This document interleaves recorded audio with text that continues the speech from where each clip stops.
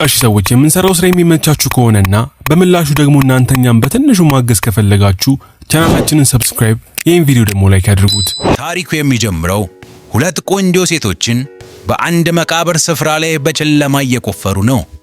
እነኚህ ሴቶችም አንዷ ሚዛን፣ አንዷ ደግሞ ካዮንግ ይባላሉ። የመቃብሩንም ስፍራ በኃይል እየቆፈሩት እንመለከታለን። በመጨረሻም 70 ሚሊዮን ብር የያዘ ቦርሳ ያገኛሉ።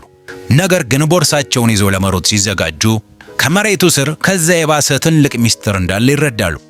እነዚህ ሁለት ሴቶች የልብ ጓደኛ ማቾች ነበሩ። ሚዛን በቀን አንድ አበባ መሸጫ ሱቅ ውስጥ ስትሰራ፣ ማታ ደግሞ ትላልቅ ክለቦች ላይ ትሰራለች። ህልሟ የራሷ የሆነ ሱቅ እንዲኖራት ቢሆንም በሪል ስቴት አጭበርባሪዎች ምክንያት የቆጠበችውን እያንዳንዱን ገንዘብ ተዘርፋለች። ካዮንግ ደግሞ የእሷ ተቃራኒ ናት። ጃፋር መኪና አብራሪና ህገወጥ የመድኃኒት ሽያጮች ላይ ያለችበት እጅግ በጣም ጠንካራ ሴት ናት።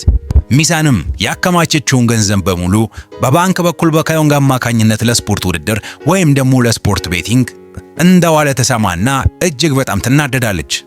ውርርዱ ቢሳካም ነገር ግን የድረገጹ ባለቤት ገንዘባቸውን በመዝረፍ ጠፍቷል።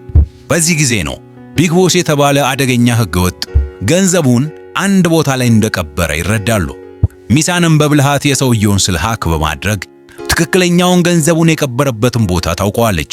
መቃብሩንም በሚቆፍሩበት ሰዓት ገንዘቡን ብቻ ሳይሆን እጅግ በጣም የወርቅ ቁጥቦችን ያገኛሉ። ነገር ግን አደገኛው ካንግ የተባለ ወንበዴ ደርሶባቸው ያገኙትን ገንዘብ ሙሉ ለሙሉ ይወስድባቸዋል። ነገር ግን በዚህ መሃል ወርቁን በፍጹም ሊያየው አልቻለም ነበር። ካዮንግም ሆን ብላ ገንዘቡን እንዲወስድ ያደረገችው ቢግ ቦሱ ገንዘቡን የሰረቀው ካዮንግ እንደሆነ እንዲያስብና እነሱ እንዲያመልጡ ጊዜ ለማግኘት ስትል ነበር። ነገሮችም የሚበላሹት ሚዛን ወደዚህ ሥራ ያስገባት ሲስተር ባንክ ወርቁን ይዛባት ስትጠፋ ነው። ሲስተር ባንክም የካዮንግ ወላጅ እናት መሆኗን ያውቃሉ። በዚህ መሃልም ቢግ ቦሱና አደገኛው ረዳቱ ያቺ ራሷን የተላጨችውን ሴት ወርቁን ፍለጋ ሲስተር ባንክን ይዟታል። ሲስተር ባንክም በልጇና በሚዛን ላይ አደጋ እንዳይደርስ ስትል ወርቁ የተደበቀበትን ቦታ ለቢግ ቦሱ ትናገራለች። ነገር ግን በመጨረሻም አደገኛውን ረዳቷን ይዛ ወደ አስፓልቱ ገንዳ ውስጥ በመዝለል ሰውየውንም ይዛው ትገባለች። ካዮንግና ሚዛም በሲስተር ባንክ ሞት እጅግ በጣም ያዝናሉ። ካዮንግ ወርቁን ብታገኝም ካዮንግ ግን ገንዘቡን አግኝቻለሁ ብላ ከመሄድ ይልቅ በቀልን ትመርጣለች። ቢግ ቦሱና የቅርጫት ኳስ አሰልጣኙ ተባብረው ህገወጥ የገንዘብ ውድድርን እያዘጋጁ የብዙዎችን ህይወትና ገንዘብ እንደዘረፉ ይረዳሉ። አሁን የመጨረሻው የውድድር ጨዋታ ሊደረግ ነው። እናንተ ምን የሚፈጠር ይመስላችኋል? ቢግ ቦሱም የመጨረሻውንና ትልቁን ቁማር ተጫውቷል። ቲም ድራገን የተባለው የቅርጫት ኳስ ቡድን እንዲሸነፍ ብሎ ሙሉ ሀብቱን ለዚህ ጨዋታ መድቧል። ይህም ጨዋታ ለዚህ ሰውዬ የመጨረሻው የድል ካርዱ ነበር። ነገር ግን ይህ ጨዋታ የማይሰካ ከሆነ ሙሉ ለሙሉ ገንዘቡን ሆነ ንብረቱን ዘላለሙን ሚዛንና ካዮንግም ይህንን መረጃ እንዳገኙ ወዲያውኑ የራሳቸውን ይህንን ተልዕኮ የሚፈጽም ሰራዊት ማዘጋጀት ይጀምራሉ። በክለብ ውስጥ የሚሰሩትን እያንዳንዱን ሴቶችን በመሰብሰብ አንድ ትልቅ ሚስጥር ይነግሯቸዋል። የሁላችሁንም በህይወት ዘመናችሁ ሙሉ የቆጠባችሁትን ገንዘብ የዘረፋችሁ ቦስ ቾይ ሳይሆን ትክክለኛው የገንዘባችሁ ዘራፊ ይህ ቢግ ቦስ ነው በማለት እውነቱን ለነዛ ሴተኛ አዳሪዎች ይነግሯቸዋል። ሴቶቹም ይህንን እንደሰሙ በከፍተኛ ቁጭትና ንዴት ከሚዛን ጋር ለመስማማትና ቢግ ቦሱን ለመበቀል ወደ ታች ወደ ድህነት ማማ ሊወስዱት ይስማማሉ። የመጨረሻ ቀኗም ደርሳ የቡድኑ ኮከብ ተጫዋች የሆነው ሃን በአሰልጣኙ ተጽዕኖና አስገዳጅ ሁኔታ ጨዋታውን እንዲያበላሽና እንዲሸነፉ እንዲያደርግ በአሰልጣኙ ከፍተኛ ትዕዛዝ ታዟል።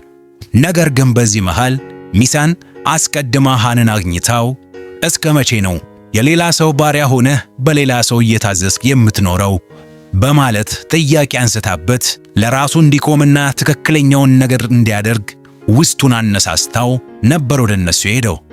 ጨዋታውን በሚጀመርበት ሰዓት ቢግ ቦሱ በመድረክ ላይ ሆኖ በኩራት ይመለከት ነበር። በድንገት ግን ሃን ባላሰቡት መልኩ በጣም ቤስት ሙድ ውስጥ ይገባል። በጣም በሚገርምና በሚያስደንቅ ሁኔታም እጅግ የሚያማምሩ ኳሶችን እያስገባ ነጥብ ማስቆጠር ጀመረ። በዚህ መሃል ግን ቢግ ቦሱ ምን የሚል ይመስላችኋል? እስቲ እናንተ ኮመንት ላይ ጻፉልኝ። አሰልጣኙም ይህን ሲመለከት እየተንቀጠቀጠ ሊያስጠነቅቀው ቢፈልግም በሺዎች የሚቆጠሩ ካሜሮች በሱ ላይ እያማተሩ እንደሆነ ስላወቀ አንዳችም ነገር ማድረግ አልቻለም ነበር። በመጨረሻም ያልተጠበቀው ቲም ድራገን በሚገርም የነጥብ ልዩነት ጨዋታውን ያሸንፋል።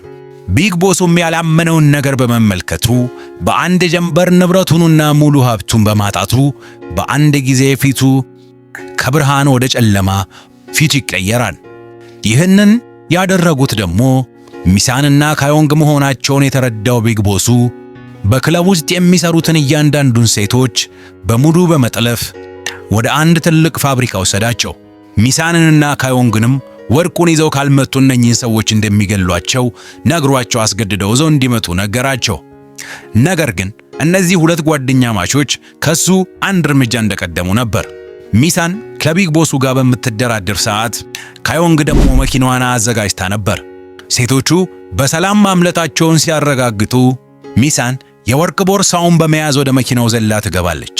ካዮንግም ነዳጁን በመርገጥ በጠላቶቿ መሃል ጥሳ ለማምረጥ ትሞክራለች።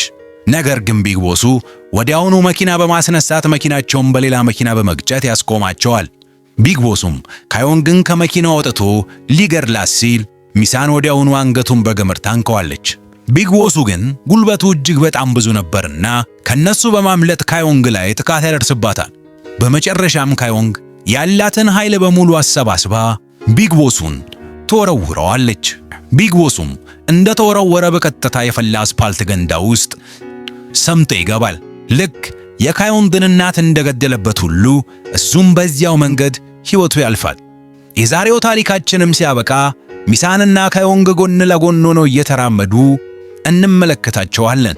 ምንም እንኳን አሁን ላይ ገንዘብ ባይኖራቸውም ትልቁን ክብራቸውን ግን አስመልሰዋል። የወደፊት ህልማቸውንም ማንም ሊገታው እንደማይችል ከወዲሁ እንረዳለን። ቤተሰቦች ፊልማችን የሚመቻችሁ ከሆነ ይህን ቪዲዮ ላይክ ማድረግ እንዳትረሱ። የምትፈልጉትን ፊልም ካለ በኮመንት አሳውቁን።